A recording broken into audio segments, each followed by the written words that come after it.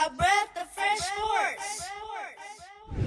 Welcome back, everybody, to another episode of A Breath of Fresh Sports. I'm Courtney, and what I'm about to do now is give y'all a preview of what we got coming next week. Next week, January 4th, we're going to have our first Fantasy Awards show. The first annual EBFL Fantasy Awards. We had a couple awards that we nominated for, Fantasy Player of the Year and Fantasy Bust of the Year. We have 12 team owners, so I had each team owner make their nominations for each award. Each team owner nominated 3 players for each award. The finalists, the 3 finalists for Fantasy Player of the Year are Lamar Jackson, Christian McCaffrey, and Michael Thomas. Lamar Jackson and Christian McCaffrey, of course, had 12 nominations, 12 team owners. Each team owner nominated both of those players. And Michael Thomas had 6 nominations for Fantasy Player of the Year. Patriots defense was on the outside looking in. They had 2 nominations. Then you had Dak Prescott, Chris Godwin, Russell Wilson, and Dalvin Cook all had 1 nomination for Fantasy Player of the Year. Fantasy Bust of the Year was a little different. We had a lot of different nominations here.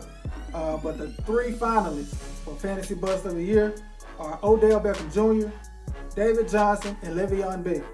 Odell Beckham Jr. led the pack with 6 nominations for Bust of the Year. David Johnson had 5 nominations, and Le'Veon Bell had 4. You had Alvin Kamara, Baker Mayfield, Juju Smith-Schuster, and Antonio Brown were on the outside looking in. They all had 3 nominations each for Fantasy Bust of the Year. You had Tom Brady with 2 nominations.